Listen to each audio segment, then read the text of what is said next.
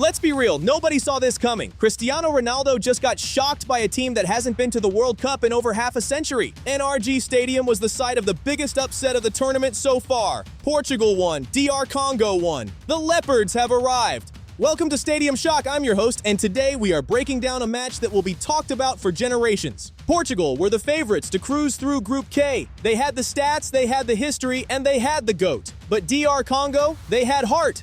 52 years of waiting. Since the days of Zaire in 1974. Today, that wait ended with a result that shook the world. We're looking at the goals, the records, and why this might be the wake-up call Portugal never wanted. Let's dive in. First off, let's set the stage. Houston, Texas. NRG Stadium was packed. The atmosphere was absolutely electric from the first whistle. Everyone expected Portugal to dominate, and for the first 10 minutes, it looked like they were going to do exactly that. Ronaldo leads the line, Neves in midfield, Neto on the wing. On paper, this is a team that should be winning by 3 or 4 goals. But the DR Congo players, they look different today. You could see the hunger in their eyes. They weren't just happy to be here. Remember, this is a nation that hasn't seen its flag at a World Cup since '74. The weight of an entire country was on their shoulders. Houston was basically the center of the football universe for 90 minutes. And what a 90 minutes they were. 6 minutes in. This is where the story starts. Pedro Neto picks it up on the right. He's got pace, he's got space. He looks up, sees the run. It's a peach of a ball. Portugal's movement in these early stages was honestly world-class. And João Neves, look at the leap. He gets above everyone and powers that header right into the bottom corner. 1-0 Portugal. At this point, I'm thinking, okay, here we go. Portugal are going to run away with this. Neves was absolutely brilliant there. Ronaldo is the first one over to him. The captain is happy. The fans are happy. It's a dream start for the Euro Giants. For the next 20 minutes, it was all Portugal. 72% possession. They were pinging the ball around like it was a training drill. DR Congo couldn't get near the ball. They were chasing shadows. It felt like a second goal was just a matter of time. And Ronaldo, he was hunting. Every time the ball came into the box, he was there. You could feel he wanted that record-breaking goal.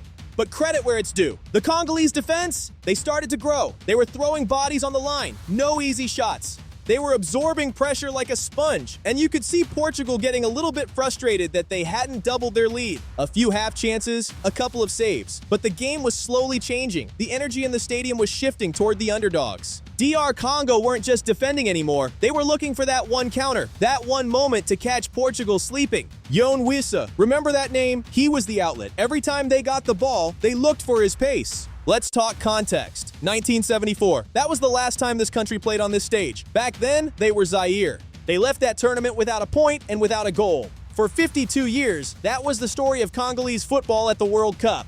Imagine the pressure on this current generation to finally be the ones to break that curse, to finally score on the biggest stage. As we approached halftime, the Congolese fans in Houston were starting to believe. They were making more noise than the entire Portuguese contingent. The fourth official holds up the board. 5 minutes of stoppage time. Portugal just wanted to get to the locker room with their lead intact. But Congo weren't done. They win the ball in midfield. It's a quick transition, exactly what they'd been waiting for. The cross comes in. It's high. It's looping. The Portuguese defenders are caught flat-footed. They didn't see him coming. Yoane Wissa, he rises like a leopard. He connects perfectly and the ball hits the back of the net. Goal Dr. Congo, 1-1. Are you kidding me? 45 plus 5, their first World Cup goal since 1974. The stadium is literally shaking. Look at those celebrations. That wasn't just a goal. That was 52 years of frustration and hope exploding in one single moment. Let's take a second to process this. Yoane Wissa has just etched his name into the history books forever. This is the new era of Congolese football. Halftime, 1-1. Portugal are shell-shocked. DR Congo are on top of the world. The pundits are speechless in the studio. The XG showed Portugal should have been ahead, but football isn't played on a spreadsheet. It's played in the heart, and Congo had more of it. The big question was, can Congo hold on, or will the Giants wake up and crush them in the second half? We were about to find out. Second half starts. You could tell Portugal had been given a serious talking to by their manager. They came out like a team on a mission. High press, quick transitions. They were suffocating Congo in their own half. It was wave after wave of Portuguese attacks. And here's the first big chance. Ronaldo! He does everything right. The turn, the space, the shot, but it whiskers past the post. Usually he buries those. You could see the look on his face. He knew he should have put them back in front there. He was livid with himself. But DR Congo weren't breaking. Goal line clearances, heroic blocks, they were defending like their lives depended on it. It was incredible. The keeper was having the game of his life. 6 massive saves in the second half alone. He was a wall that Portugal just couldn't climb. Then, the 75th minute, the moment that almost broke the internet. João Cancelo, look at the control, look at the audacity. An unbelievable overhead kick. It's in. The stadium goes silent. Is that the winner for Portugal? Alex certainly thought so. But wait, the flag is up, the VAR check, and it's offside by the thinnest of margins. Absolute heartbreak for Cancelo and Portugal. That would have been one of the goals of the tournament. You could hear a collective groan from every Portugal fan across the globe. Just brutal. Final minutes. One last chance for the GOAT. Ronaldo rises for the header, and it hits the woodwork. The crossbar is still shaking.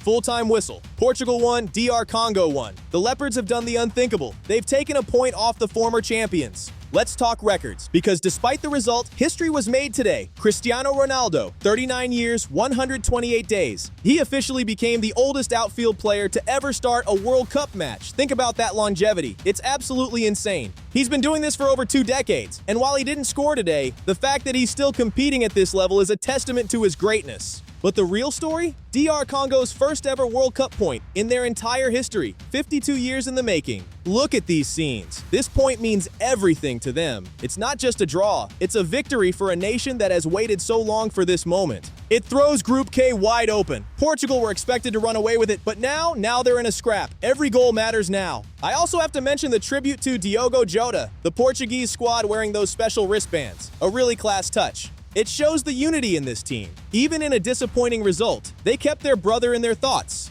That's what this team is about. So many storylines, so much history. This match had everything, and we are just getting started with this World Cup. So what's the final take? Portugal needs a serious wake-up call. They were too comfortable, too complacent in the second half. You can't miss 4 big chances and expect to win at this level. Ronaldo, Neves, Cancelo, they all have to be better in front of goal. As for DR Congo, they've proven they belong. If they can play with this much heart against the rest of the group, they might just make the knockouts. Group K is officially the one to watch. Every game is a final now for Portugal. They cannot afford any more slip-ups. This is why we love the World Cup. The drama, the history, the underdogs rising up. What a day for football. I'll be here for every single upset and every single goal. Make sure you don't miss our next breakdown where we look at next match. Stay hyped, stay passionate, and keep watching the beautiful game. That's it for today's breakdown. If you enjoyed this, do me a favor and hit that subscribe button. It helps the channel grow. And drop a comment below. Do you think DR Congo can make it out of the group? I want to hear your takes. Follow us on all our socials for more exclusive content and live reactions. We are Stadium Shock.